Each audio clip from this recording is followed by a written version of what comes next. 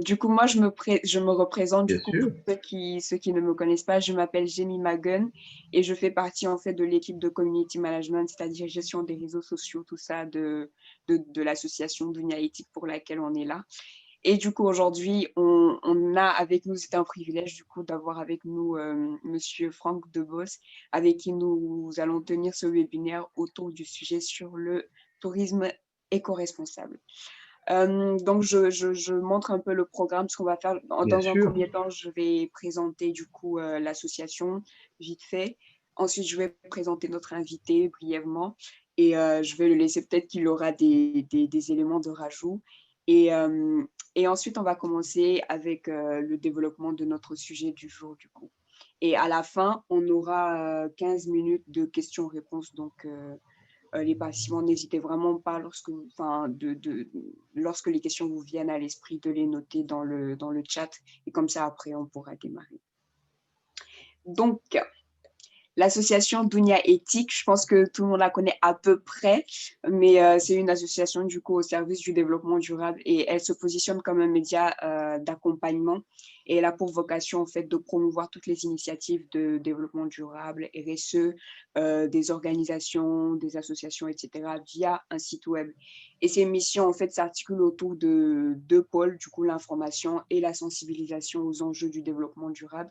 Et cela se fait par plusieurs moyens comme des ateliers thématiques, des jeux, des parcours de formation de coaching dans le milieu professionnel, des interventions dans les écoles, etc. Tout ça dans le même but toujours de promouvoir, de sensibiliser autour du développement durable. Et l'objectif, c'est de pouvoir se permettre aux gens de se questionner, de comprendre et d'agir en tant qu'acteurs éco-responsables. Et du coup, c'est dans cette posture de sensibilisation qu'aujourd'hui, nous faisons justement ce webinaire dont le sujet concerne le tourisme éco-responsable. Donc, notre invité du jour, c'est Monsieur Franck Debos et il est docteur en sciences de gestion et il est également maître de conférences en sciences de l'information et de la communication à l'Université de Nice. Donc, ses activités portent sur la communication responsable, la responsabilité sociétale des entreprises, la communication digitale et tout ce qui est usage du numérique. Et il est l'auteur de nombreux articles, communication au sein des colloques internationaux et chapitres d'ouvrages sur ces thématiques-là. Et il a également participé et coordonné à des projets de recherche dans ces différents domaines. Donc, en gros, il enseigne principalement les stratégies de communication, la stratégie d'entreprise, le marketing stratégique et le marketing digital. Monsieur Franck, est-ce que c'est bien juste? Très Est-ce qu'il bien. y a des choses que vous voulez rajouter sur Non, votre non, c'est tout à fait présentation? complet. Non, non, c'est très complet. D'accord, d'accord. Bah, je suis enchantée de pouvoir vous rencontrer du coup. Également. Donc, Monsieur Franck, la population voudrait savoir qu'est-ce que exactement le tourisme éco-responsable? En fait, on entend, enfin, par rapport au développement durable, il y a beaucoup de termes, tout ça qui sortent assez vite. Et du coup, souvent, on se perd. Du coup, pour définir à peu près le tourisme durable, comment vous nous le définirez? Alors, c'est une bonne question parce qu'en effet, vous avez raison, il y a de très nombreux termes autour de cette Mm, notion. Si on prend mm, la dimension sociale, on parlera plutôt de tourisme équitable. Si on prend la mhm, dimension environnementale, on prendra, comme vous le disiez, plutôt tourisme éco-responsable, par exemple. Hein, mhm, ce sont des ouais, exemples.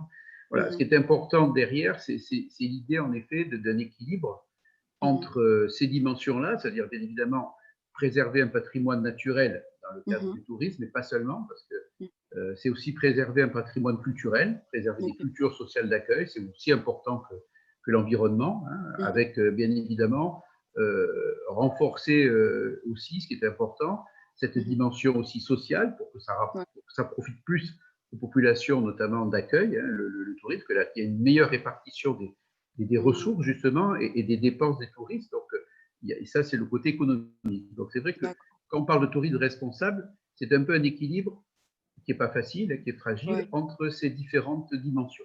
C'est-à-dire ok, pas tout sur l'environnement, pas tout sur mhm, l'économique, pas tout sur le social ou le culturel.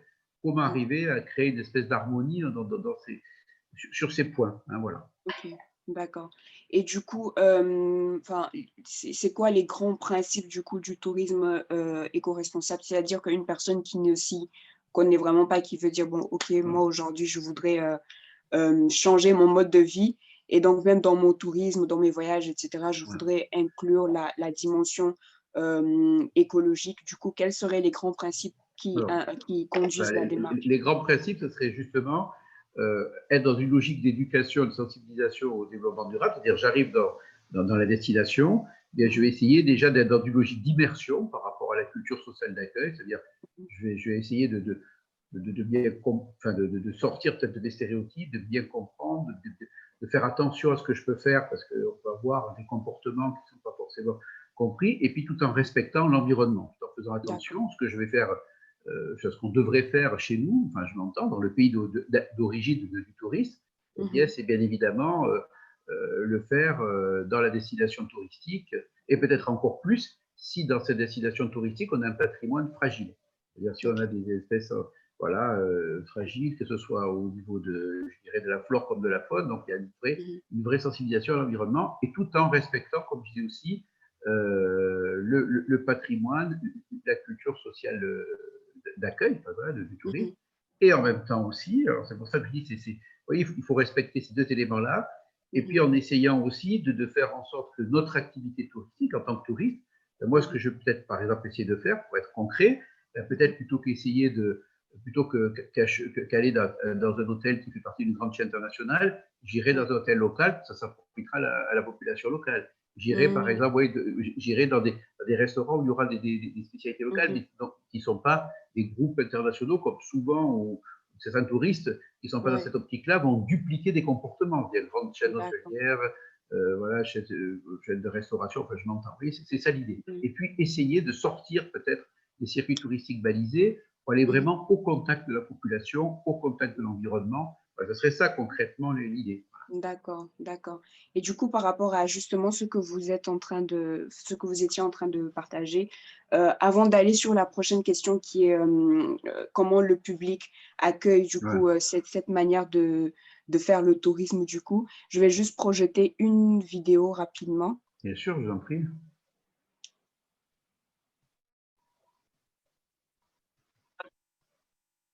Est-ce que tout le monde entend au niveau du volume? Je ne sais pas si vous recevez le volume, c'est bon? Moi, je vois l'image, je n'entends pas le volume. Ah, vous n'entendez pas? Après, c'est sous-titré en bas. Donc, c'est bon? Moi, je n'entends pas. Je ne sais pas, je vais peut-être avoir un problème. Je remets. Là, c'est bon? Je n'entends pas non plus. Du tout? Non. Bon, d'accord. Bon, c'est pas grave. C'est pas grave. Enfin, c'est une vidéo en fait d'une association. Brut. Ah oui, de Brut, oui, je connais Brut. Ouais, de Brut. Ils sont allés à la rencontre en fait d'une structure qui, d'une structure qui, en gros, qui accompagne dans tout ce qui est tourisme durable. Et donc, ce qu'eux, ils proposent, c'est des activités, voilà. Et au lieu de pouvoir aller au Canada pour retrouver, voilà, un certain paysage, etc., en fait, eux, ils ont fouillé pour voir dans certaines parties de la France des endroits qui ressemblent à certains paysages qu'on retrouve dans d'autres endroits qui nous font voyager. Exactement. Et par exemple, là, c'était dans le cas de faire du canoë dans un certain type d'environnement, etc.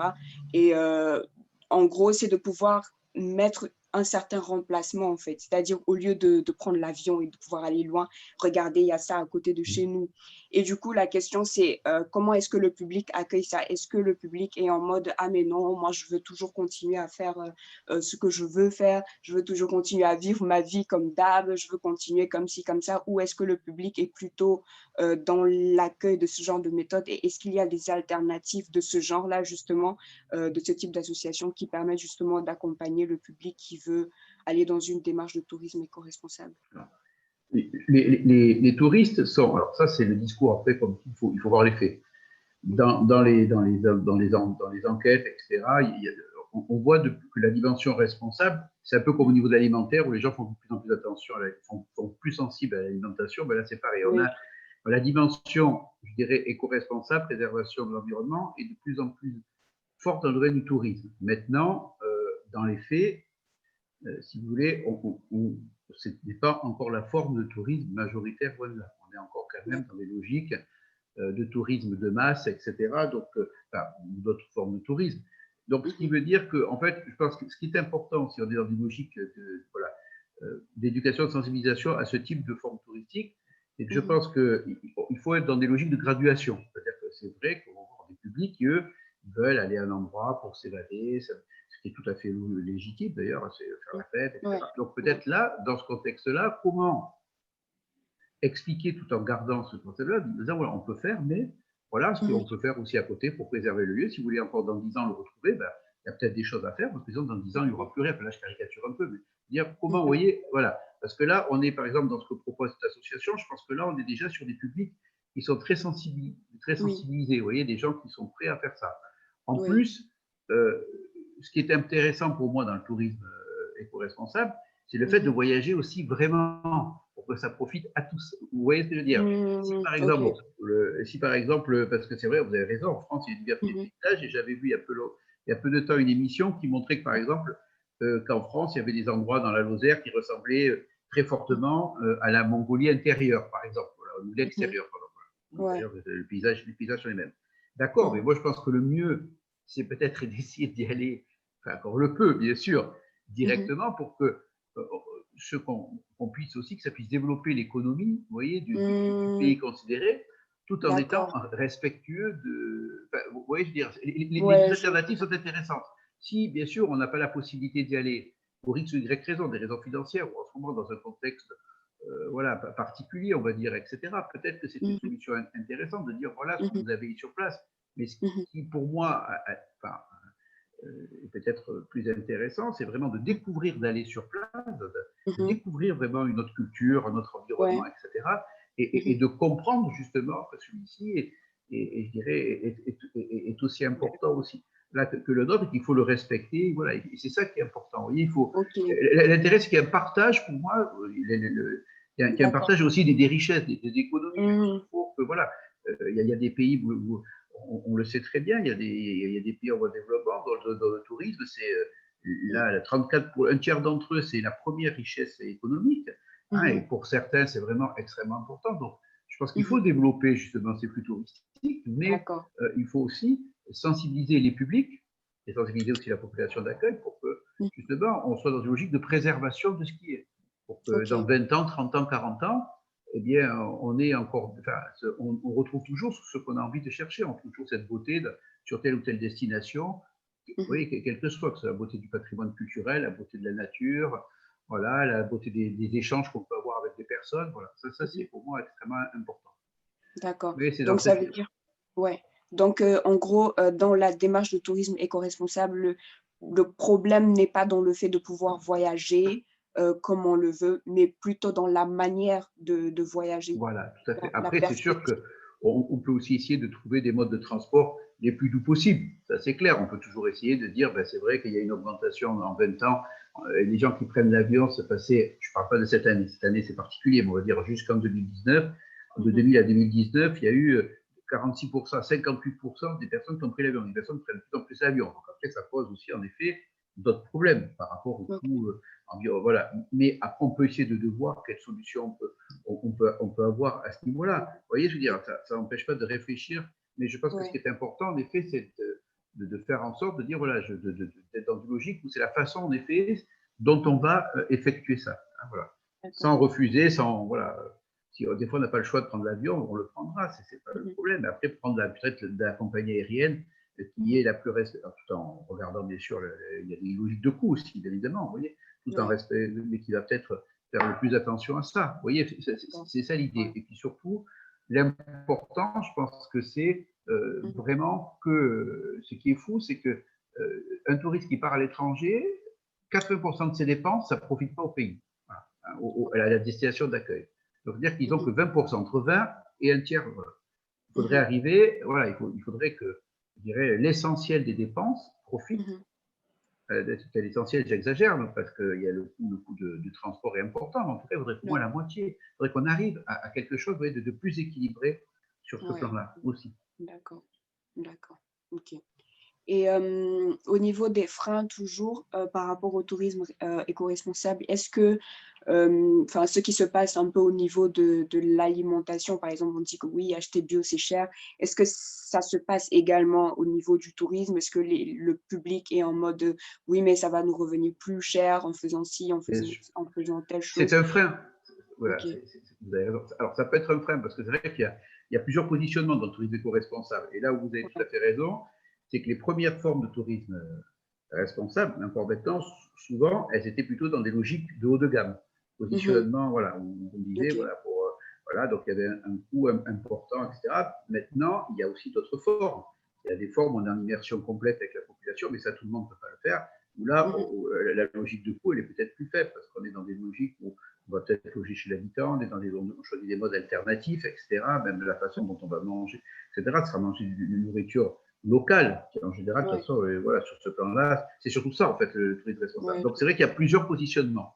Ok. L'intérêt, je dirais, c'est qui est justement cette diversité de positionnement, parce que il y a des personnes qui, en effet, bon, selon leur capacité, selon leur envie, elles seront sur des logiques très qualitatives. Mhm. Pourquoi pas, hein, tant qu'il y a un respect de l'environnement et tant que ça profite, Ouais. tant que ça permet, voilà, mais Mm. ce qu'il faut, c'est étendre, comme vous disiez pour les produits bio. Maintenant, il y a quand même une baisse du prix global des produits biologiques, voilà, Mhm. puisque notamment avec le développement des marques de produits bio dans les enseignes de Ouais. distribution, voilà, même si, Mm. voilà. D'accord. Là, il faut, je pense que c'est important, en effet, c'est de voir comment on peut réduire, voilà, parce que c'est un frein, c'est clair que c'est un frein. Mhm. Quels sont les moyens? Mais après, maintenant, plus de personnes, comme on a de plus en plus de personnes qui ont cette dimension, je pense Mhm. que voilà, ça va jouer. Et c'est pour ça que l'approche graduée, elle peut être importante. Parce qu'au début, bon, on D'accord. va dire, voilà, une personne qui ne pourra pas tout faire, on peut déjà la sensibiliser, commencer par des choses. Mhm. Là, elle va dire, bah, tiens, oui, c'est vrai, je peux faire un peu plus attention, même si ça coûte un peu plus cher.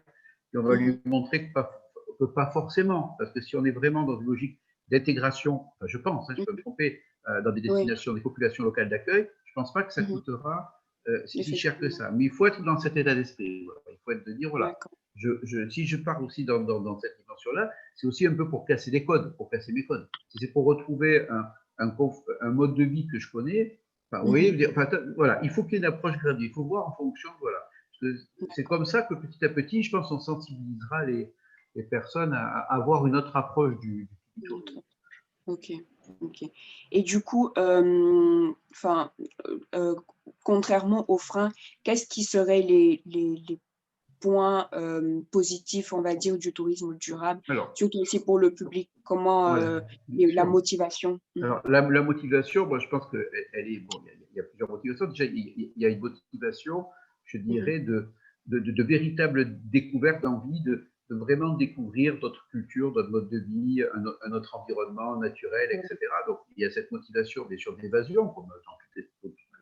Dès que je pars, hein, dans le tourisme international, dès que je pars à l'étranger, forcément cette envie de découvrir autre chose, mais en plus, là, je dirais, c'est aussi l'envie de participer aussi à la protection d'un lieu, d'un site, d'une culture, c'est-à-dire être mieux, vous voyez, être l'envie de dire, voilà, je vais vraiment vivre quelque chose de Ouais. plus authentique, Mhm. d'être vraiment au contact, voilà. C'est-à-dire Ouais. que là, je vais comprendre, et puis surtout comprendre que tout ça, Mhm. c'est un équilibre. Alors pourquoi je dis ça? Parce que par exemple, j'avais lu il y a peu Mhm. des articles qui parlaient du néocolonialisme vert. C'est-à-dire que par exemple, il y a des visions extrêmes de ça, et ça c'est pour moi aussi dangereux que le tourisme de masse, où Ouais. on sanctuarisait des espaces naturels. Moi j'avais vu ça par exemple Mhm. au Costa Rica ou en Afrique subsaharienne, et les Mhm. populations ne pouvaient même pas aller dans des lieux où elles allaient depuis certaines des millénaires. C'est comme si nous nous Ouais. empêchions d'aller dans des lieux Ah. touristique, je sais pas, voilà. Mhm. Parce Mhm. que c'était préservé, parce qu'il fallait que ça soit pas Oula. touché, ils ne pouvaient même plus cueillir des fruits, même plus, oui. Donc voilà, Mhm. ça c'est sûr que pour moi, c'est pas une bonne vision du tourisme Ouais. éco-responsable. Donc l'idée, c'est la motivation, c'est j'y vais d'abord parce que j'y vais parce que je veux découvrir autre chose, mais j'y Mhm. vais avec une logique de respect aussi, Ouais. voilà. Et je veux bien comprendre, je veux vivre des choses authentiques, voilà. C'est-à-dire pas Ouais. des choses balisées, des choses Mhm. authentiques, hein, voilà. Ouais. Pas être dans une Authentique. logique de folklorisation où on va vous dire, Ouais. voilà, on va vous faire un spectacle de 15 minutes pour faire, voilà, sur les stéréotypes qu'ont les personnes de telle ou telle culture. Alors, dans la réalité, il dure plus Mhm. longtemps que la réalité, ça n'a rien à voir avec ça. Ou comme on Effectivement. a vu en Chine, où ils ont enlevé tous les habits traditionnels noirs pour mettre du rouge dans les spectacles, parce que le rouge, c'est plus esthétique, et ça correspond à l'imagerie naturelle qu'on peut avoir de la Chine via les films. Enfin, je caricature un peu, mais c'est un peu ça. Voilà, l'idée, c'est de dire non. Voilà, c'est moi, je vais, voilà, je dois être dans une logique d'immersion, voilà, d'immersion, donc à l'environnement, à la culture, etc. Et ça, c'est la principale motivation, parce qu'on va vivre des choses uniques qu'on ne vivra plus jamais, on aura des contacts, des échanges avec des personnes qu'on n'aura plus jamais, puis ça sera aussi se dire, voilà, puis c'est aussi dans une logique de dire, quelque part, bon, moi je fais preuve, je veux dire, on va voilà, faire dans une logique d'humilité en disant, voilà, on vit, on a notre culture, voilà, on est comme ça, on va avoir des gens qui vont raisonner complètement différemment, qui ont une autre approche, ce sera intéressant d'échanger, vous voyez. Après, on est dans une logique aussi d'interaction, d'enrichissement mutuel, c'est ça qui est intéressant. Donc je pense que c'est tout ça qui fait, voilà. C'est à la fois on participe à une préservation, voilà, on est content de dire, voilà, je suis allé, mais je n'ai pas fait n'importe quoi, j'ai fait attention, voilà. Et en plus, j'ai découvert des tas de choses que j'ai vraiment vécu ce que vivent les personnes et vu leur environnement naturel, et voilà. Et ça, je pense que c'est, enfin, ça c'est vraiment important, voilà. Ouais. Et est-ce que ça va dans la même démarche du coup? Enfin, je vais donner un exemple. Une personne qui va dans un pays africain du coup, qui se dit bon, je veux pas aller dans un parc, dans un parc où les animaux sont entassés en cage, etc. Mais je veux plutôt aller les découvrir dans leur état naturel. Est-ce que ça c'est un exemple Oui, de... tout à fait. Ça, c'est un bon, voilà, tout à fait. Ça serait ça. Ça serait ça. Ok. Ça serait vraiment, bien sûr, il y a des. Après, c'est important de faire peut-être des parcours balisés, mais ça serait plus dans cette idée-là, Moi, je vais vraiment, et d'ailleurs, dans les politiques touristiques responsables, comme il y a cette dimension justement sociale dont on parlait, en général, l'idée, c'est les guides, toutes les personnes qui travaillent sont majoritairement des autochtones, donc quasi exclusivement, et donc là, on va aller dans des endroits, en effet, voilà, qui sont surtout pas sur là. Et là, on va vraiment être dans une immersion complète. Voilà. Et c'est ça qui va être intéressant. On aura une idée réelle de ce qu'est ce pays, cette culture, son environnement naturel, etc. Enfin, réel, en tout cas, une des réalités, parce qu'il y a de multiples, voilà, ça dépend de la diversité de là où on va. Hein. Enfin, c'est très riche, on ne pourra pas tout voir, mais en tout cas, on aura une idée plus, vous voyez, plus, c'est ça qui, à mon avis, est important. Hein. Ouais, d'accord. Et du coup, en termes d'emploi, quelles opportunités du coup offre le tourisme éco-responsable? Est-ce que, enfin, par rapport à l'employabilité des jeunes, surtout Oui, bien lorsqu'ils sûr. sortent des universités, est-ce qu'il y a des débouchés? Alors, Est-ce que le domaine de l'emploi est... alors, c'est une bonne question. C'est vrai qu'il ne faut pas oublier, et ça, c'est vrai que bon, le tourisme en général, déjà, hein, voilà, c'est quand même la première activité mondiale. Ça, c'est important, parce qu'on parle d'employabilité. Voilà. Oui. Cette année, c'est particulier, on est d'accord. Donc, voilà. Mais je veux dire, sur global, sur une tendance, voilà, sur les 30-40 dernières années, bon, c'est très bien que, je veux dire, dans le monde, c'est une personne sur 8 dans le monde qui travaille dans le secteur du tourisme au sens large. Hein, voilà. Donc, toutes les activités associées au tourisme. Donc, ça veut dire que quand on parle d'employabilité, on retrouve des tas de secteurs autour du tourisme. Après, je vais parler de tourisme, qui sont voilà, des secteurs dans lesquels on est dans des logiques de tension. On ne trouve pas forcément tant de monde que ça. Voilà, on a des logiques de restauration, d'hébergement, d'activités culturelles, d'activités, tout ce qui tourne autour du tourisme. Alors, maintenant, pourquoi je parle de ça? C'est-à-dire que comme beaucoup de ces structures-là sont rentrées dans des logiques de RSE. Je pense par exemple aux grands groupes hôteliers, qui de plus en plus sont dans des logiques de responsabilité sociale, parce qu'ils ont des normes, ils veulent l'obtention de la certification ISO 14000 pour le développement durable, ou mieux, la 26000 pour la RSE globale. Donc, c'est vrai qu'à partir de là, si vous voulez, ça veut dire que demain, vous êtes intéressé, n'importe quoi, par le management hôtelier touristique. Vous aurez forcément besoin d'être dans cette logique de tourisme. Il faudra qu'il y ait cette dimension. C'est-à-dire que toutes les personnes qui ont eu des cursus sont intéressées par les métiers de tourisme. C'est pareil si je fais des voyages, si je suis dans un tour opérateur, vous avez depuis 20 ans une initiative qui a été justement qui a été créée par tous les plus gros tours opérateurs comme TUI, etc. Voilà, sur justement pour qu'ils essaient d'avoir des produits touristiques les plus, je dirais, en tout cas les plus responsables, les plus intégrés dans cette dimension-là. Donc tout ça, ça veut dire que demain, si je travaille dans ce secteur-là, plus j'aurais été formé à ce type de démarche, plus je saurai utiliser des outils permettant d'éduquer, de sensibiliser les publics touristiques, permettant de mettre en place à tous les niveaux, au niveau managérial, voilà, en évitant, par exemple, voilà, je crée un événement éco-responsable, toutes les personnes que je vais embaucher, je vais faire bien sûr attention, je ne vais pas être dans des logiques discriminatoires, quelles qu'elles soient, etc. Voilà, toutes ces personnes qui auront été formées à ce type d'esprit, moi je pense que ce sera un plus pour le secteur du tourisme. Vous voyez, c'est plus parce que de plus en plus, même dans les produits touristiques non responsables, il y a de plus en plus cette dimension qui apparaît, parce qu'elle est demandée, et les entreprises le font. Voilà, les loueurs de véhicules, maintenant, ils sont obligés d'avoir ça. Mais je pensais surtout à la restauration, à l'hébergement, voilà, aux activités culturelles, de loisirs qui sont autour. Elles doivent intégrer cette dimension-là. Hein. On leur demande de plus en plus. Voilà.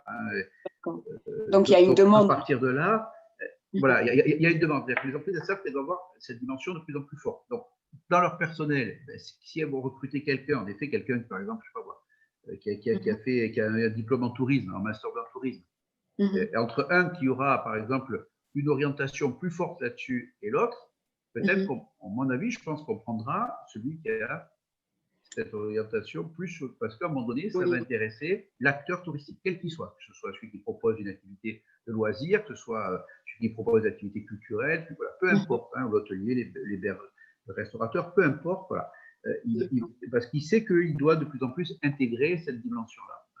Ok, d'accord. Et dans cette logique, puis ça lui est demandé aussi. Hein, ça lui demande, ouais, voilà, ça lui demande, je veux dire, ça dépend où il se situe, mais c'est demandé aussi. Voilà. Ok. Et du coup, par rapport aux offres de formation dans ce domaine, comment est-ce que c'est… Alors, dans cette offre de formation, alors moi, je ne peux pas prétendre à connaître toutes les offres de formation sur voilà. Moi, je regarde celles que je connais ici. Voilà. Alors, il y a des formations spécifiques.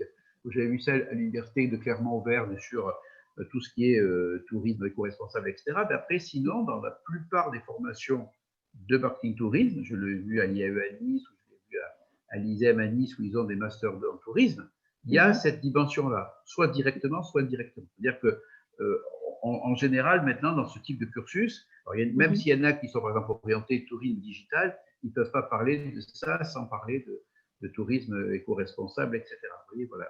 Alors ça, c'est un point d'entrée. Mais après, il y a d'autres points d'entrée. C'est-à-dire que comme le tourisme, c'est une activité transversale. Vous pouvez très bien ne pas avoir fait de formation, vous pouvez très bien venir d'école de commerce, par exemple, vous voyez, et avoir, ce qui existe dans plusieurs écoles de commerce, des masters 2 en marketing ou en communication, dans lesquels il y avait, comme à l'université aussi, avec le master de Petromède, communication et éducation développement durable. Donc, vous voyez, vous n'êtes pas forcément obligé de venir par des formations centrées sur le tourisme. Vous pouvez venir sur des formations qui correspondent à une des fonctions importantes dans le tourisme, la communication, le marketing, le management, etc., mais dans lequel il y aura eu cette approche, je dirais, de développement durable. Voilà. D'accord, d'accord. Et du coup, au niveau de l'université où vous donnez ce cours-là, comment est-ce que c'est structuré justement au niveau de… Là, il s'agit d'un master qui n'est pas centré sur le tourisme, mais qui est centré sur tout ce qui est communication, éducation, développement durable. Et dans ce contexte-là, en effet, on a forcément parmi les étudiants, des étudiants qui sont intéressés par le secteur du tourisme, voilà, et dans lequel, bien évidemment, leur cursus leur permettront, par exemple, de mettre en place des actions vis-à-vis des touristes pour sensibiliser ces publics, une fois qu'ils sont sur place, avant, etc., de sensibiliser tous les acteurs aussi du tourisme, locaux, mais pas que locaux, aussi ceux qui viennent, qui ont les agents de voyage, les tour opérateurs, etc. Donc, vous voyez, voilà, dans ce cursus-là, vous avez chaque année des étudiants, c'est normal, qui, soit en France, soit ailleurs, lorsqu'ils viennent justement, ce sont des étudiants étrangers qui veulent développer des actions éco-responsables dans le domaine du tourisme dans leur pays d'origine, voilà, et qui vont suivre ce type de cursus parce que ça leur permettra ensuite, si vous voulez, d'avoir une démarche, des supports, voilà, qui leur permettront d'appliquer ça. Voilà. C'est un peu comme ça, si vous voulez, que ça se fait là où je suis. C'est-à-dire, soit c'est des formations touristiques avec cette dimension-là, soit c'est des formations qui ont cette dimension-là, mais qui ne sont pas que touristiques, mais dans lequel, bien sûr, on peut travailler dans le domaine du tourisme sans problème. D'accord, je comprends. Ok, je comprends. Et par rapport à l'entrepreneuriat, puisqu'aujourd'hui, il y a un grand boom dans le domaine de Oui. l'entrepreneuriat, est-ce que dans le domaine du tourisme, du coup, éco-responsable, il y a aussi cet engouement-là? Alors, il y a cet engouement, oui, il y a un engouement dans le développement dans les acteurs de tourisme. Mhm, Il y a un engouement, alors là, c'est pareil, à deux niveaux. Alors, il y a d'abord directement, en effet, de plus en plus, les entreprises qui se développent beaucoup, je désire toutes, euh, beaucoup d'entreprises dans ce secteur, qui se développent dans ce secteur-là, c'est vrai qu'ils intègrent les nouveaux acteurs, en effet, comme vous dites, les nouveaux entrepreneurs qui arrivent dans ce secteur-là, ils intègrent de plus en plus cette dimension-là. Voilà, hein, cette d'accord. dimension-là, elle est de fait, si vous voulez. Elle est de fait parce que, voilà, c'est quelque chose voilà, dont on a compris que c'était un enjeu vital. Si on veut encore avoir une activité touristique dans 50 ans, je veux dire, Mhm, voilà, c'est directement lié aux enjeux du réchauffement, aux enjeux généraux, hein, voilà. Et c'est vrai que si on veut, on doit être rentré dans cette démarche. On ne peut pas prôner un tourisme non responsable, alors qu'à côté de ça, on dit attention au réchauffement climatique, attention à ça, etc. On est obligé, bien mhm, sûr. Donc, c'est clair que si on est dans ce secteur-là, tous les nouveaux acteurs, la plupart des nouveaux acteurs, voilà, rentrent voilà. Ça, c'est un point d'entrée. Puis à côté de ça, voilà, dans les créations d'entreprises, on le voit mhm, notamment dans le numérique, voilà, beaucoup de startups qui vont développer ouais, des produits, des offres qui peuvent s'adapter au secteur touristique et qui d'accord. sont aussi dans cette logique. Oui. Les outils Ok. numériques qui vont permettre en effet aux touristes de mieux découvrir l'autre, etc., par exemple des interfaces, Mhm, des choses qui vont lui permettre peut-être d'être plus au fait, de le mhm, sensibiliser à l'environnement dans lequel il se trouve, dans le pays d'accueil, etc. Voilà. Donc, mhm, il y a d'accord. aussi, si vous voulez, ce côté-là, c'est-à-dire de plus en plus, comme on parle, par exemple, dans le domaine dans le domaine des startups, comme on parle des fintech pour les filles financières, d'agrotech pour ceux qui développent du Ouais. numérique au niveau du secteur agriculture, ben on a aussi dans le tourisme voilà, Mhm, de plus en plus, si vous voulez, voilà, des acteurs digitaux qui s'intègrent mhm, et qui proposent des solutions qui sont tout mhm. à fait intéressantes dans une vision un peu éco-responsable du tourisme. Voilà. D'accord. Et du coup, toujours en allant dans le sens que vous avez évoqué tout à l'heure, je vois que vous avez une spécialisation en communication responsable.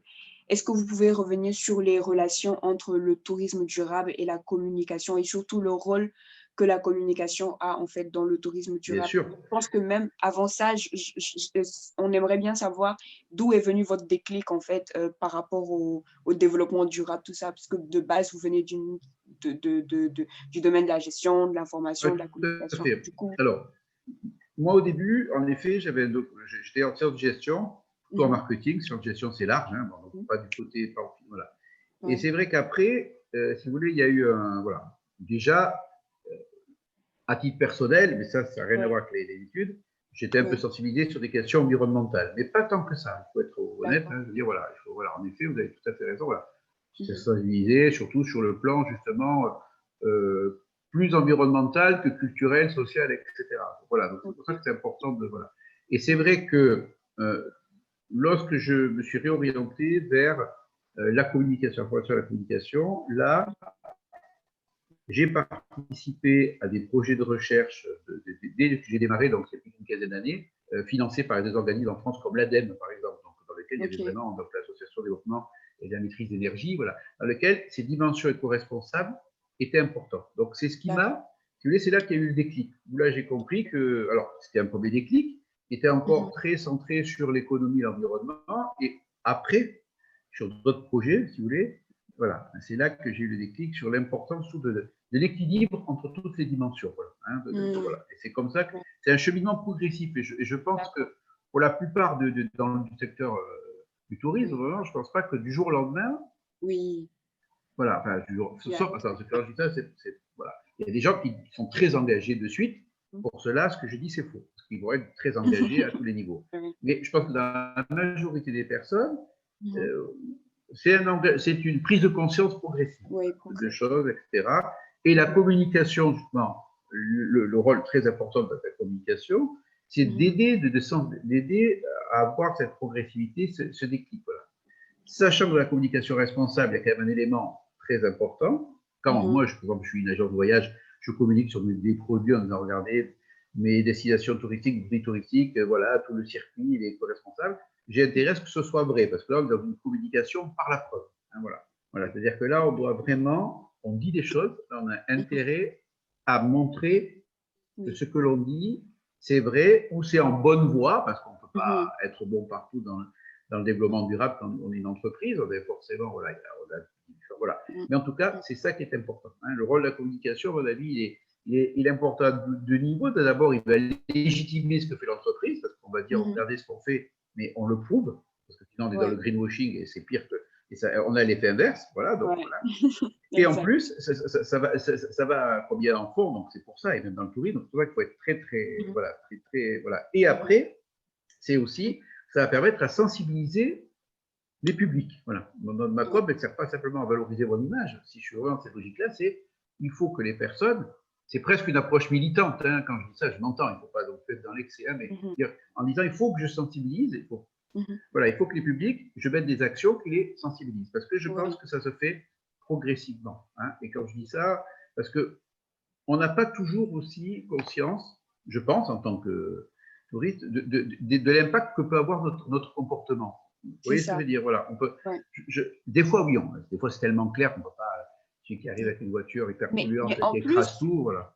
En plus, le fait qu'on nous dise, le fait de savoir que le tourisme, c'est 8% par rapport aux émissions de gaz à effet de serre, tout ça, que le tourisme à 8%, certains peuvent le minimiser d'une certaine façon. Oui, en disant oui, ben, ça veut dire 82%, c'est autre chose. C'est la caricature, mais c'est un peu ça, voilà. Alors en fait, c'est très important. Parce que c'est pour ça que je dis qu'il ne faut pas oublier que c'est la première activité mondiale. Voilà, c'est 10% du PIB mondial, le tourisme. Donc, comme vous dites, c'est quand même, voilà. Mais c'est vrai qu'il y en a qui minimisent. Donc, et puis, je pense que vraiment, voilà, il y a des choses, c'est clair qu'on a vraiment conscience. Il y a quelqu'un qui arrive, qui écrase tout, la caricature à mort, hein, avec sa voiture qui fait n'importe quoi, qui pollue, ça, bien sûr. Ça, il a conscience. Voilà. Mais je veux dire, après, c'est vrai que lorsqu'on peut discuter avec quelqu'un d'une culture différente, sans le faire exprès, on peut avoir des. Voilà. Et donc, c'est ça aussi, ou sur des espèces très fragiles, sans faire exprès. Donc, c'est vraiment, il y a une. Voilà, ça se fait progressivement. Hein, ça me semble très difficile d'arriver, d'être complètement. Voilà. Parce que d'abord, je dirais, dans le tourisme, chaque destination est unique. Donc, à partir de là, chaque fois, on part de zéro. Enfin, je caricature un peu, mais c'est un peu ça. Vous voyez, c'est même si on connaît, quelqu'un va dire oui, je connais un peu l'âge. Oui, voilà. Sauf si, bien sûr, si une personne fait 30 ans, qu'elle va au même endroit, etc. C'est sûr qu'elle aura une parfaite connaissance.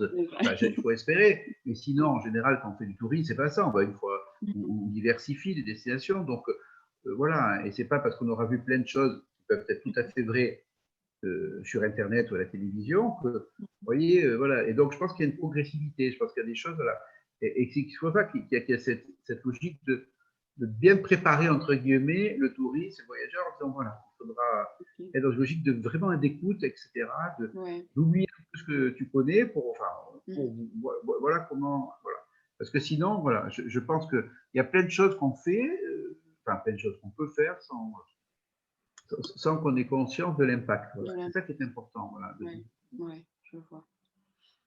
Et du coup, comment est-ce que dans le secteur toujours du tourisme éco-responsable, on peut concrétiser une politique RSE? Comment est-ce que ça se concrétise vraiment en pratique? Oui, en pratique, comme je disais, vous avez déjà, alors ça, c'est pas que dans le tourisme, vous avez des grands acteurs du tourisme qui le font, il y a plusieurs niveaux. Hein, voilà. Ben déjà, comme je dis, quand je parlais des certifications, des certifications ISO, donc vous pouvez être un voyagiste, une compagnie aérienne, un groupe hôtelier. Déjà, ce que vous pouvez faire, c'est rentrer dans une logique de certification ISO 14000 pour la partie environnementale ou 26000 pour la RSE. Donc, rien n'empêche un acteur du tourisme. Alors, après, ça, c'est pour les entreprises de taille importante, les structures, pas des entreprises. Les collectivités territoriales aussi, vous avez des villes comme Cannes ou autres, qui ont cette certification. Ça veut dire qu'ils essaient de logique de préservation d'un environnement avec un équilibre social, culturel, etc. Après, vous avez aussi, la plupart des acteurs sont des petites structures. Donc, c'est là pas possible de faire une certification. C'est coûteux, c'est long, il ne faut pas rêver. Rien n'empêche de rentrer, de rentrer dans ce type de démarche. Donc, vous avez des structures. Alors, après, ça dépend bien évidemment dans quel pays on se situe. En Europe, déjà, c'est tellement différent d'un pays à l'autre. Voilà, mais c'est vrai que vous avez des structures comme à travers les chambres de commerce, les chambres de métiers, etc., ou des structures équivalentes, peu importe comment elles s'appellent dans le pays concerné, mais des structures qui vont aider aussi les entreprises à avoir des certificats. Enfin, oui, c'est pas forcément des certifications ISO, mais c'est voilà, rentrer et qui vont valider des certificats de qualification professionnelle, ils vont valider une démarche. Hein, voilà. Et ça, c'est important parce que ça sera au niveau et au moyen. Voilà. Après, vous avez aussi des initiatives intermédiaires. Vous avez une association, c'est l'Association du tourisme responsable, ATR, dans lequel vous avez Nouvelles Frontières, etc., qui, avec la France, ont créé une norme française sur le tourisme responsable, qui est la première. Donc, il y a, voilà, dans lequel il y a des engagements. Des engagements, par exemple, de transparence des prix. Le touriste, on lui dit tout et on intègre tous les trucs. Et puis, on lui dit, et des engagements surtout sur un plan environnemental et social. Environnemental, d'être dans une logique de préserver l'environnement, et au niveau social, que 60% de ce que je dirais, le tourisme va dépenser, va dépenser, va être plutôt en faveur voilà, du pays considéré. Hein, et qu'il y aura un taux d'employabilité de la population locale qui va être très fort aussi. Voilà. Vous voyez, donc, vous avez en France, il y a une norme qui existe, voilà, qui a été mise en place par les acteurs de tourisme, les principaux acteurs de tourisme responsables. Après, vous avez ces certifications internationales qui touchent tous les secteurs d'activité, mais dans lesquels les acteurs du tourisme sont dedans, ce qui est logique, dans les certifications ISO. Et puis au niveau local, après, ça c'est propre à chaque, je dirais presque à chaque région, hein, chaque pays, et dans les pays, à chaque endroit, où on va mettre en place, s'ils le veulent, voilà, moi j'avais vu ça à la Chambre de commerce de Nice ou la Chambre des métiers, où pour aider des acteurs locaux, hein, voilà, voilà, pour les aider à avoir une attitude plus éco-responsable dans leur secteur d'activité. Donc, il y avait bien sûr des personnes qui étaient dans la restauration, des personnes qui accueillaient des lieux de tourisme, des associations de loisirs, des associations qui disaient comment arriver à avoir de l'événement dans l'événementiel aussi, quand il y a des grands festivals, il y a des tas de touristes qui viennent, là, il y a une certification ISO, mais sans aller jusque-là, tout le monde ne peut pas avoir une certification ISO 20121, mais on peut peut-être être dans cette démarche-là. Hein, voilà. Donc, c'est vrai que c'est important. Ok. Ouais, du coup, vous avez aussi répondu à la question du cadre légal et réglementaire. Voilà, oui, je suis à la fois dans, oui, c'est à la fois, oui, quand vous parlez de ça, on doit aborder le cadre légal et réglementaire. Hein, voilà, hein. Et puis, pour terminer avec ça, il faut savoir aussi que, bon, ça je le vois en France et je pense que c'est vrai dans d'autres pays, bien évidemment, que beaucoup de collectivités territoriales, là, dans l'événementiel, vous savez que c'est lié au tourisme. Enfin, certes, il y a des événements très dans les saisons touristiques qui sont très importants, et pour ces événements-là, cette année, bien sûr, c'est difficile à en parler, mais normalement, on va dire, dans les années normales, eh bien, elles obligent l'acteur de l'entreprise qui organise l'événement à vraiment respecter des éléments très importants en termes de préservation de l'environnement, en termes de coût carbone, en termes d'intégration à l'économie locale, etc., etc. Donc, je veux dire, c'est dans une démarche globale. Donc, c'est vrai que être formé au tourisme et avoir cette dimension-là, c'est un plus. Oui. Voilà. Ouais. D'accord.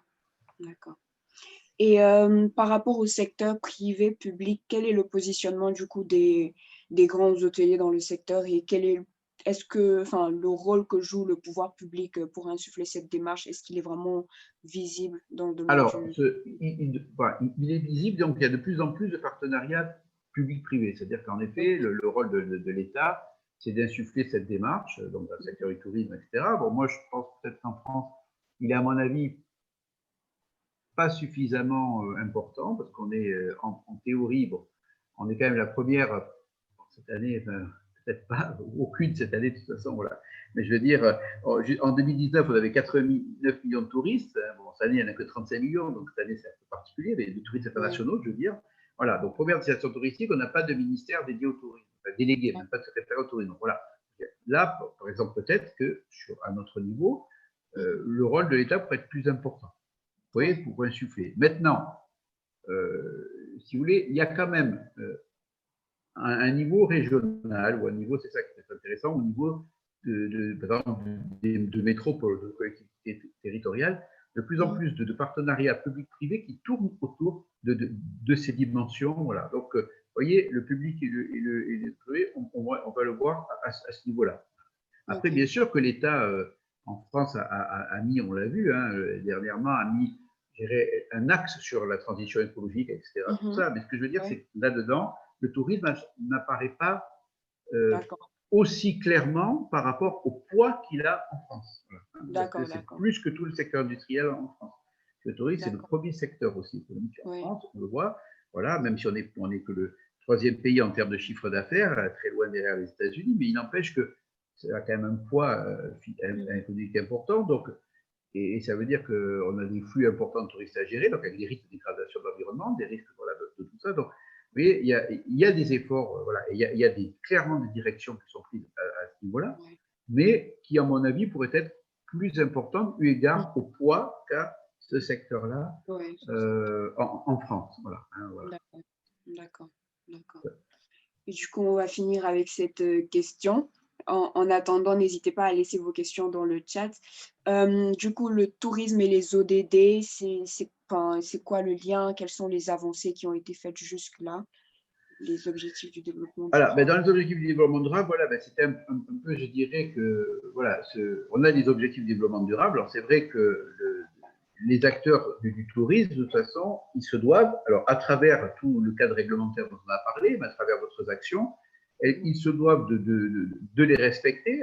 Quand je dis se doivent, pourquoi? C'est, je dirais, surtout pour une question de, je dirais pas de survie, mais presque. Dire, si vous voulez demain être dans une logique d'avoir de continuer à votre activité, vous Ouais, avez intérêt justement à ce que les lieux de destination touristique dont vous faites la promotion ou si vous êtes un acteur local du tourisme soient toujours là et toujours. Donc c'est vrai que c'est pour moi, je dirais vraiment une nécessité, soit de rentrer dans l'ADN de l'entreprise touristique. Si je ouais, veux continuer à pérenniser mes activités, je suis obligé de rentrer dans cette logique. Et toutes celles qui font du tourisme de masse, à un moment donné, ça va être plus possible. Là, ouais. ça va être, enfin, en tout cas, de moins en moins possible. Hein, voilà. Mhm. C'est-à-dire qu'à un moment donné, là, on est en train de toucher, alors bien sûr, je parle au niveau global, quand on parle de réchauffement climatique, autre chose, etc., mais on est en train de toucher les limites, comme, et le tourisme est bien sûr associé à ça, on est en train de toucher les limites de ça. On se doit, même si on est dans des logiques de grands flux de touristes, on va devoir voir comment on intègre ça, voilà, en tenant compte peut-être des flux qu'on a, mais comment à un moment donné on intègre ça. On est obligé de rentrer dans cette logique si on veut, si on veut continuer à avoir, à préserver une culture, à préserver un environnement naturel. Ça me semble difficile de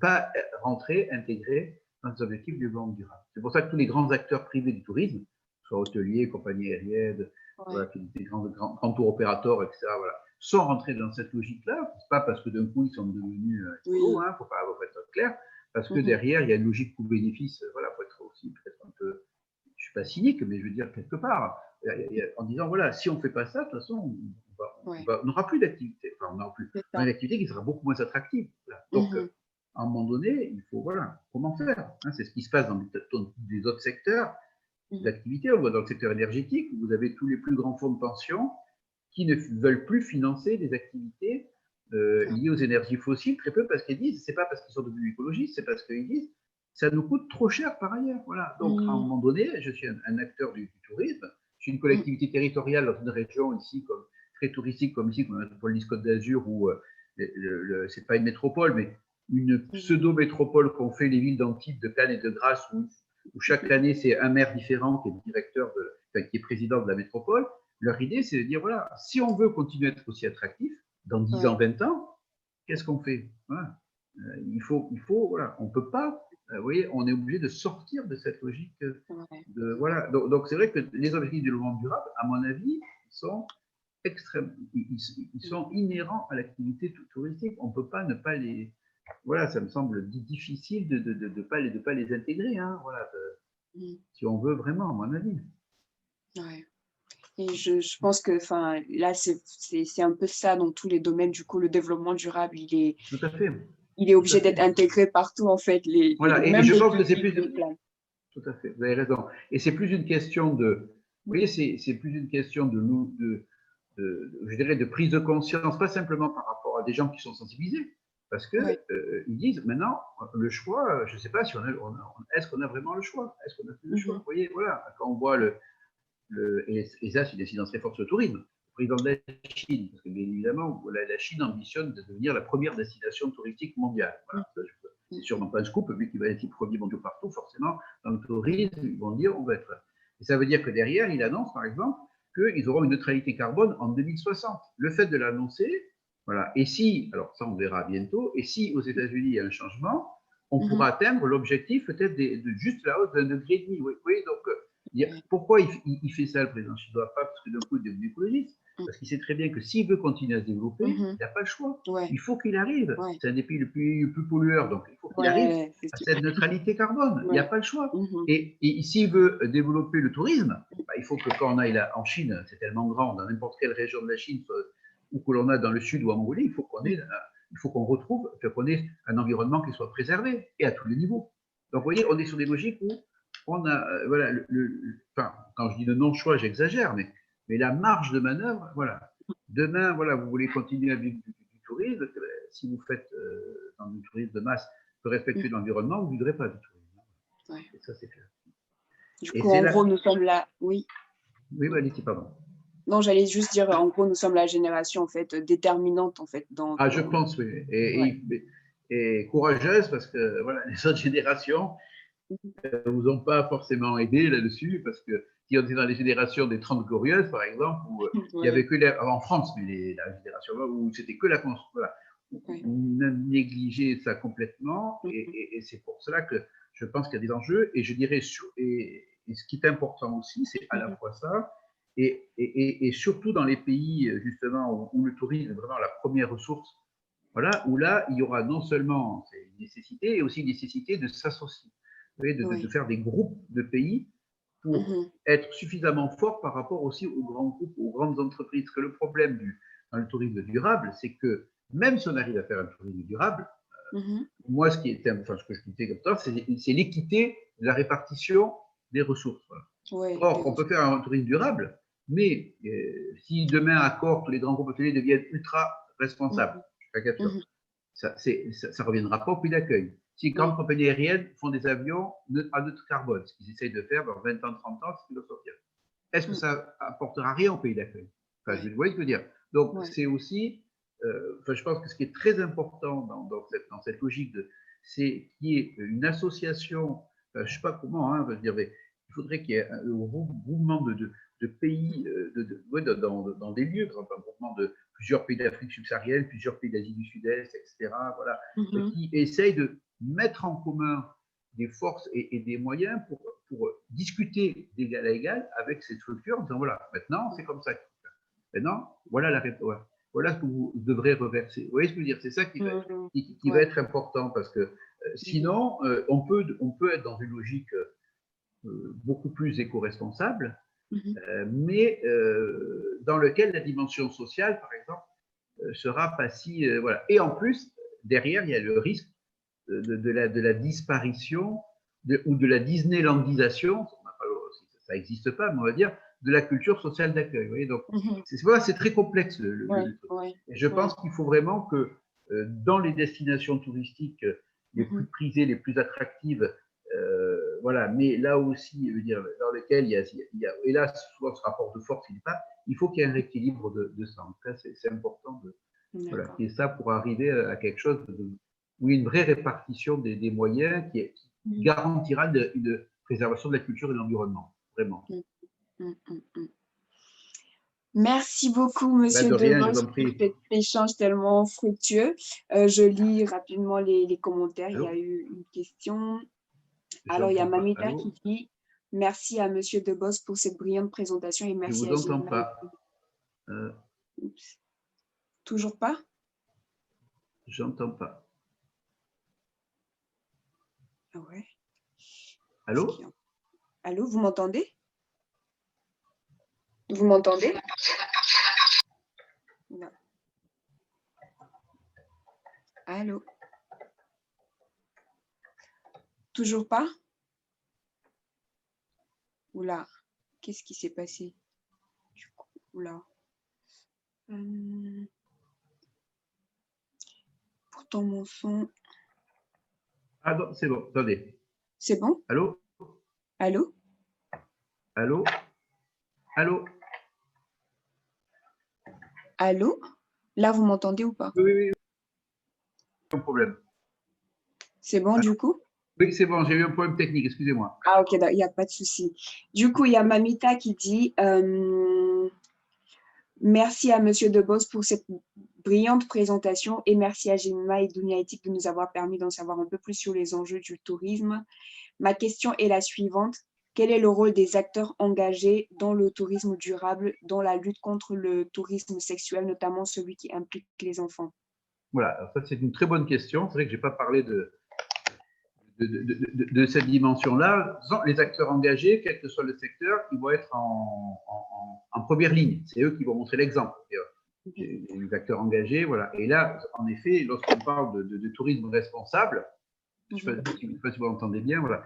Dans le tourisme responsable, en effet, je n'ai pas parlé de cette dimension qui est une dimension essentielle, qui touche, je dirais, deux choses. D'abord, quand on parle des enfants, l'exploitation aussi des enfants dans le travail, hein, parce qu'il ne faut pas oublier que vous avez 15% à 20% de mineurs qui travaillent dans le secteur touristique, souvent associés à des sociétés qui sont des prestataires de services. Vous voyez, c'est pas, par exemple, c'est pas l'hôtel directement qui va les embaucher, mais une autre, voilà, dans lequel qui ne respectent absolument pas les lois de l'Organisation mondiale du travail. Donc ça, c'est un élément. L'autre élément extrêmement important, bien évidemment, c'est voilà, c'est le tourisme sexuel. Hein. Il ne faut pas oublier. Alors, quand je dis ça, il ne faut pas le prendre au premier degré. C'est-à-dire qu'on sait qu'un voyage sur 10, c'est dans le tourisme, il y a cette dimension, mais de rencontre sexuelle, ça ne veut pas dire forcément des choses horribles avec les enfants. Maintenant, ce qui est important, c'est là, c'est clair que là, il faut lutter. C'est-à-dire là, c'est clair que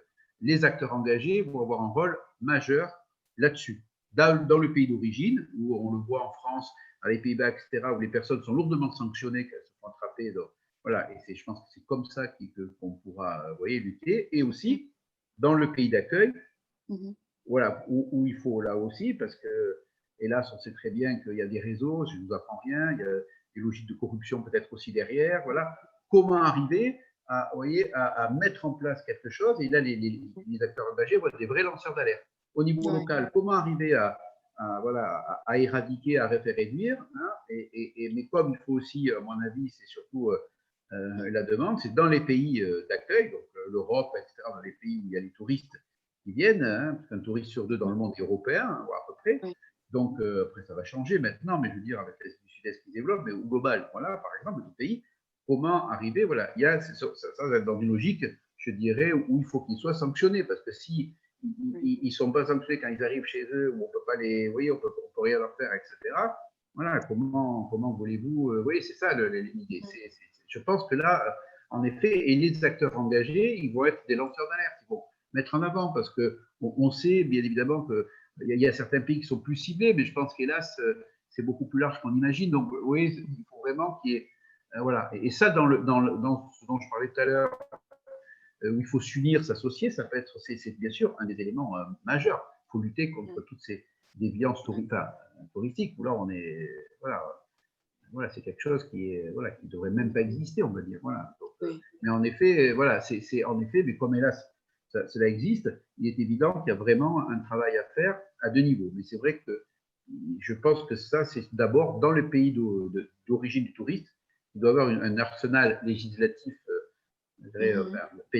voilà, qui doit être beaucoup plus pénalisant, voilà, dans lequel il ne faut pas avoir peur. Et je pense que ça, plus ce sera ça, plus bien évidemment, voilà, voilà. Et aussi comment arriver sur place à réduire. Mais s'il y a moins la demande, il y aura, voilà, il y aura moins d'offres, je m'entends, hein, c'est une façon de parler, voilà, mais en tout cas, oui, c'est un vrai problème. Ça, c'est un problème terrible. Et pour moi, dans le développement durable, dans le tourisme durable, ça fait partie. Hein. La dimension sociale, c'est ça. C'est pas simplement. Bien sûr, c'est pas. Dimension sociale, c'est que les salariés vivent, voilà, soient payés décemment dans le pays d'accueil et la formation qu'il faut, etc., soient pas exploités, bien évidemment. Mais il y a aussi ça. C'est aussi ça. C'est une dimension qui est globale. Hein, voilà. Et on peut pas, voilà. Et là aussi, on est obligé, bien évidemment, de l'intégrer. D'accord. Merci beaucoup. Ben, et il y a du coup, je ne sais pas si c'est Monsieur Doudou, il a dit merci beaucoup, Monsieur Debos. Le développement durable fait également écho à la protection du patrimoine naturel ou culturel, ainsi qu'à la sensibilisation des touristes et des communautés locales à l'égard de la valeur de ces patrimoines. Toutefois, les points de vue peuvent grandement varier entre résidents et touristes. Des différences peuvent pareillement s'accentuer selon le contexte social et économique de la destination et selon l'implication d'un organisme international dans la gestion ou la reconnaissance de ce patrimoine. Oui, je vois la question. C'est que ça peut, ouais, je vois. C'est-à-dire, en effet, il y a des différences, c'est clair. D'abord, voilà, je l'ai dit tout à l'heure, c'est selon la destination. C'est clair qu'il va y avoir des différences, puis selon le type de touriste. Voilà, il est évident que, voilà, selon les destinations, il est évident qu'on ne peut pas, voilà, ça c'est important. On ne va pas avoir la même vision du tourisme responsable. Et ça, c'est évident. Et c'est pour ça que je disais qu'il y a des pays dans lesquels il va falloir il va y avoir des actions de protection plus fortes. Voilà, il y a des patrimoines qui sont plus fragiles, sur le plan culturel comme sur le plan naturel. Ça, c'est clair. Et là, il va falloir faire extrêmement attention. Voilà. Là où aussi il a tout à fait raison, c'est que, moi, je dois en parler du tourisme, mais je ne parle pas en effet des personnes qui sont résidents. Hein, voilà, donc c'est clair qu'entre les autochtones doivent être aussi sensibilisés. Aussi, enfin, je m'entends. Ici, pas sur leur culture, c'est leur culture. Donc, voilà, c'est pas ça que je veux dire, mais sensibiliser aussi sur les pratiques éco-responsables, etc. Voilà. Alors, parce que, mais voilà, c'est un équilibre, mais c'est pas facile à arriver. Je prends un exemple très simple. C'était à Phuket, par exemple, où les pêcheurs, par exemple, ne pêchaient plus qu'une sorte de poisson parce que c'était celui qui était le plus demandé dans les restaurants. Donc, ça veut dire que ce poisson, il a quasiment disparu et qu'il y avait les autres qui étaient en surnombre. Donc, ça détruit, ça a déséquilibré un écosystème. Donc, il faut sensibiliser aussi les résidents. Leur dire, bon, le gars, il veut ça, mais voilà, lui montrer qu'il n'y a pas que ça, il y a les 4 espèces qui sont bonnes, par exemple, là, et que, vous voyez, c'est, voilà, bien sûr, il y a des actions qui vont être différentes. Voilà, mais c'est vrai que c'est, voilà, mais c'est pour ça que je dis que la solution, elle est complexe, parce que c'est vraiment des interactions fortes entre la population d'accueil, entre les touristes, entre en effet des organismes internationaux pas qui ont aussi un rôle à jouer, et qui doivent avoir un rôle positif à jouer, parce que quelquefois, c'est pas toujours le cas aussi, parce qu'il ne faut pas qu'ils induisent des choses au détriment de, voilà, donc, il y a vraiment un, voilà, c'est extrêmement complexe, et puis en plus, il y a aussi d'autres acteurs avec lesquels il faut travailler. Je prends un exemple aussi très simple. On a vu il n'y a pas longtemps en Australie où le groupe minier Rio Tinto a détruit voilà, une grotte vieille de 46 000 ans. Il y avait des peintures aborigènes. C'était un site touristique important et un site, voilà. Donc, alors, il y a 20 ans, ça serait passé comme ça. Voilà. Tout le monde, voilà. Là, bien évidemment, c'est pour vous montrer qu'il y a une différence. Les 3 PDG, le PDG et les 2, dont un Français d'ailleurs, ont été directement licenciés, etc. Bon, l'entreprise disait qu'elle ne savait pas. Bon, ça rejoint, je vois la question sur le greenwashing, je ne suis pas sûr qu'ils ne savaient pas, mais passons. Toujours est-il, c'est que, voilà, maintenant, c'est plus tenable. Mais vous voyez, on ne peut pas réussir ça si on ne sensibilise pas les autres acteurs et si on ne fait pas attention à ce qu'il faut. Là, quelque part, si le gouvernement australien, on sait très bien que globalement, il est climato-sceptique, voilà. Dire, quelque part, oui, après, parce que c'était tellement énorme qu'ils ont fait que ça a été. Les organisations internationales de protection de l'environnement, de protection de la culture s'en sont, Greenpeace, compagnie s'en sont emparés. C'est pour ça qu'il y a eu cette réaction vive et qu'ils ont été obligés de s'excuser de prendre des. Voilà, mais vous voyez, c'est ça que. C'est pour ça que c'est très complexe la situation. C'est pas qu'entre les touristes et les autochtones, c'est aussi. Voilà, tous les autres acteurs à côté, veiller à ce qu'il faut. Voilà. Et donc, et là, les organismes internationaux ont un rôle important à jouer, en tout cas. Notamment les ONG. Ouais, c'est pas. En fait, tout le monde est concerné. Voilà, tout le monde est concerné parce que le tourisme touche tout le monde. Et voilà, et donc, voilà, même si on n'est pas dans le tourisme, on vit sur le territoire. Donc, on a un impact sur le tourisme, quelque part. C'est ça qui est important. Ouais, ouais. Ensuite, il y a bonjour à tous et merci des éclaircissements et de votre disponibilité. Il s'agit de Doudou Niania Diop, acteur de développement en tourisme durable au Sénégal. Merci Doudou.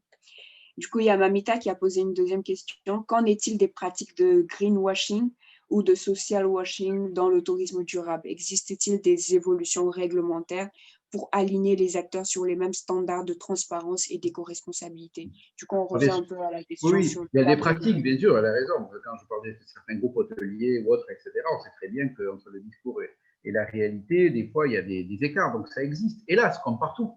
Comme partout, ça va exister. Maintenant, je dirais, les évolutions réglementaires, c'est voilà, c'est comme quand je parlais des certifications, etc. C'est voilà, c'est pas une obligation, voilà.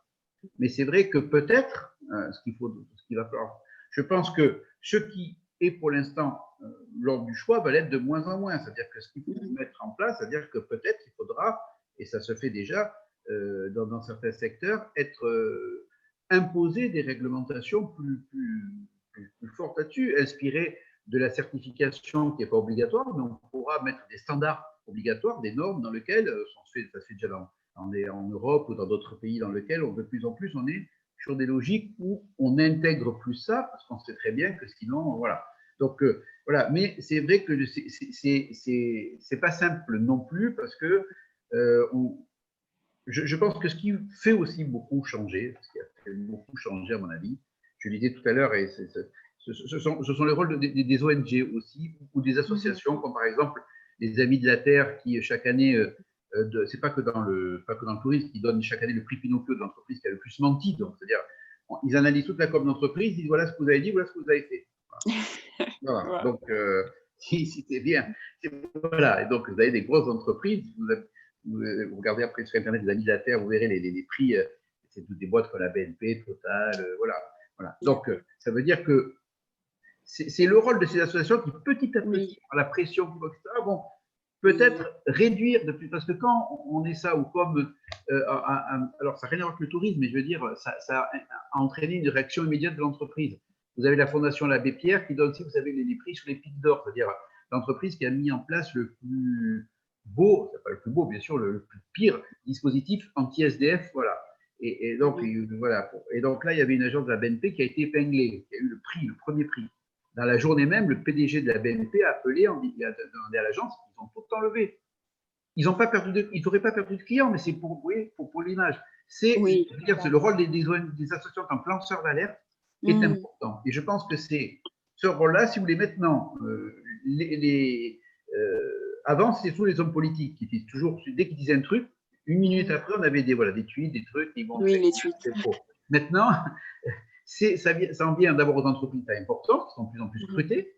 Voilà. Donc, moi, je pense que c'est ça qui va inciter, je dirais, à renforcer une réglementation. Enfin, ça, et puis, par rapport au greenwashing, hein, ça, bon, l'environnement global qui fait qu'on n'a plus le choix, mais en plus, malgré tout, ces pratiques, bien sûr qu'elles existent. Et on les réduit parce que derrière, il y a une pression qui fait qu'à un moment donné, on a un risque de ne plus avoir de touristes, d'avoir de personnes qui viennent parce que ça crée un bad buzz, ça crée voilà, tout ce qu'on veut, et on se dit, voilà. Et voilà, je pense, hein, voilà, que c'est. Mais hélas, voilà, c'est dans la nature humaine, donc voilà, ça va être difficile. On aura toujours des gens qui feront ça, voilà. Et du coup, c'est aussi à la population, quelque part, bien sûr, au travers de ces associations, de pouvoir s'engager et de dire aux entreprises, on sait ce que c'est, voilà, on n'est pas bête. On n'est pas bête, voilà, tout à fait, c'est ça. Et de jouer là-dessus, et de faire des actions de boycott, de faire des actions voilà, de viralité qui font qu'à un moment donné, l'entreprise, elle verra qu'elle aura le choix, elle aura de moins en moins, parce que voilà, on préférera. Parce que bien évidemment, il y aura un concurrent qui dira, vous voyez, moi j'ai fait attention, etc. Donc, enfin, là je caricature, mais voilà, et on va rentrer dans cette logique-là. Mais c'est vrai que bien évidemment, comme dans tous les secteurs, on rentre dans ces pratiques-là, c'est sûr. Oui. Ah ouais, enfin, si le développement durable pouvait être justement un élément dans la concurrence, je pense que ce serait un gros pion. Chaque entreprise veut faire toujours mieux, veut toujours être. Voilà, il est déjà en partie, hein, ça devient un avantage concurrentiel, mais c'est vrai que voilà, il faut vraiment que ça devienne. Voilà. Et dans le tourisme, c'est important. Dans le tourisme, voilà, on a quand même, il y a quand même beaucoup de choses à faire encore. Voilà. Est-ce que vous avez d'autres questions, d'autres remarques?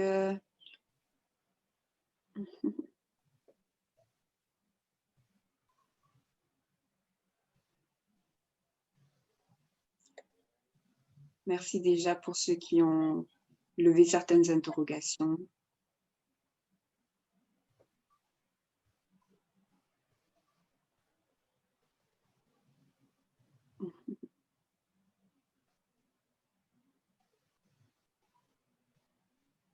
Bonjour, Pape Moutakan. Bon, je pense qu'on va s'arrêter là. Oui, voilà. de questions.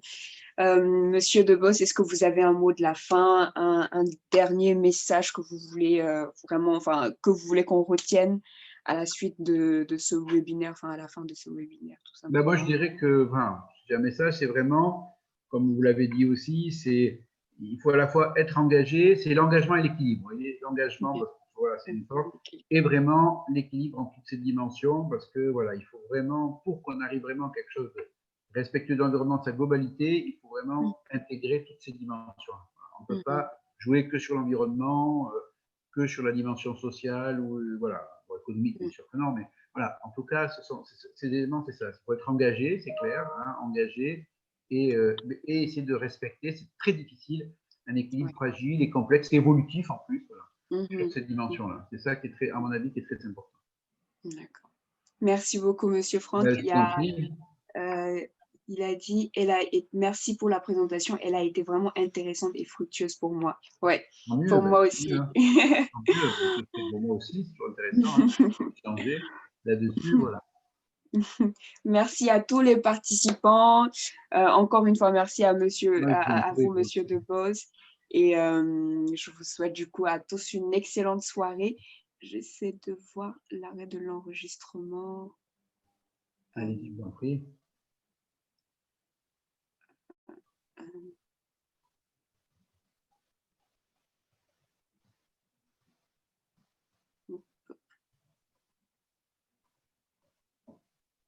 À moins que je dois le faire par là. Ouais, stop.